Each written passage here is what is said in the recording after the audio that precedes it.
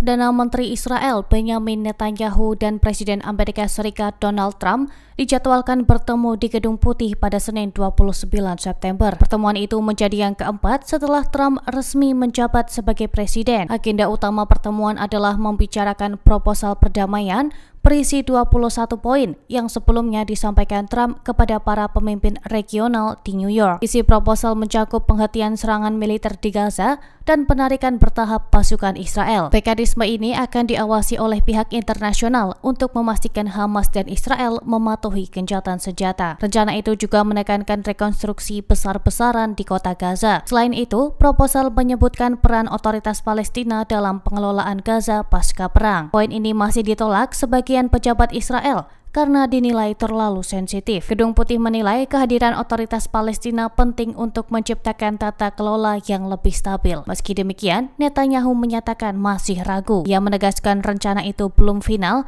dan akan dibahas lebih lanjut dalam pertemuan dengan Donald. Presiden Amerika Serikat Donald Trump resmi mengumumkan proposal perdamaian berisi 21 poin untuk mengakhiri konflik di Gaza, Senin 29 September. Rencana ini dipaparkan Trump di sela-sela sidang umum PBB sekaligus saat bertemu dengan beberapa pemimpin negara Arab dan Muslim. Proposal menyoroti penghentian perang, pembangunan kembali Gaza, serta jalan menuju pembentukan negara Palestina di masa depan. Infrastruktur, sekolah, rumah sakit, dan program pemulihan ekonomi disebut sebagai fokus utama pembangunan. Selain aspek keamanan, rencana itu juga menekankan bantuan kemanusiaan dan program ekonomi demi menciptakan stabilitas jangka panjang. Salah satu poin kontroversial adalah desakan agar warga Palestina tetap berada di Gaza. Hal ini berbeda dengan sikap Trump sebelumnya yang sempat mendukung relokasi permanen 2 juta penduduk. Trump mengaku optimis dengan keberhasilan rencana tersebut. Ia menyebut negosiasi intensif sudah berlangsung selama beberapa hari. Semua negara di kawasan disebut telah terlibat dan Hamas telah mengetahui isi diskusi. Namun Perdana Menteri Israel Benjamin Netanyahu menolak gagasan pembentukan negara Palestina di dekat Yerusalem. Ia menilai hal itu berbahaya bagi keamanan Israel.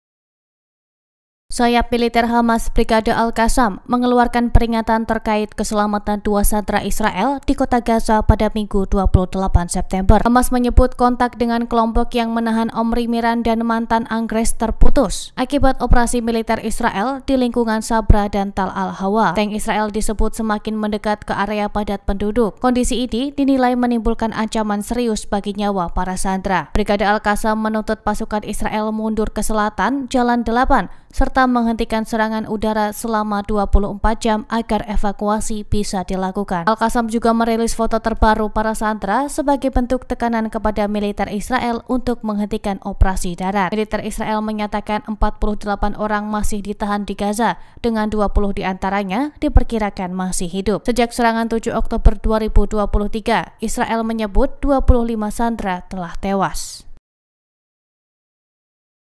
Aktivis lingkungan asal Swedia, Greta Thunberg, menegaskan keikutsertaannya dalam armada global Sumut Flotilla bukan demi publisitas. Greta ikut dalam rombongan 52 kapal yang membawa bantuan kemanusiaan menuju Gaza. Armada tersebut bertujuan menyalurkan makanan dan obat-obatan bagi warga Palestina. Israel sebelumnya mengejek aksi ini dengan menyebut kapal yang ditumpangi Greta sebagai kapal pesiar selfie. Dalam wawancara, Greta menyatakan tidak ada yang akan mempertaruhkan nyawa hanya untuk perhatian publik. Ia mengatakan kehadiran armada itu bukan hanya misi kemanusiaan, tetapi juga pesan solidaritas kepada rakyat Gaza. Menurutnya, ketika pemerintah gagal bertindak, maka rakyatlah yang akan mengambil langkah nyata. Badan internasional selama ini berusaha mengirim bantuan, namun akses dibatasi oleh Israel. Tujuan armada adalah mematahkan blokade laut Israel yang dinilai ilegal dan tidak manusiawi.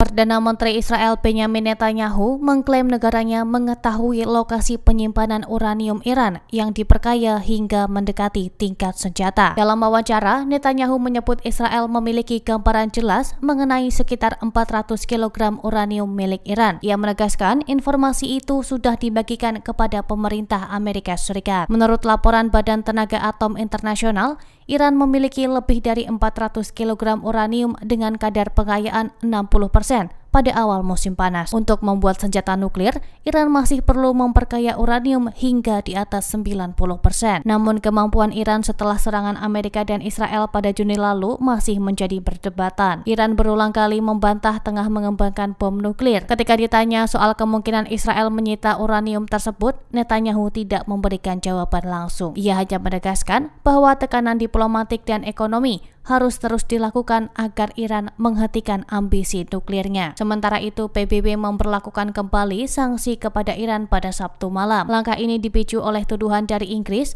Prancis, dan Jerman yang menilai Iran melanggar perjanjian nuklir JCPOA 2015. Perjanjian itu awalnya ditandatangani Iran bersama 6 negara besar. Namun Amerika Serikat menarik diri pada 2018 saat dipimpin Donald Trump.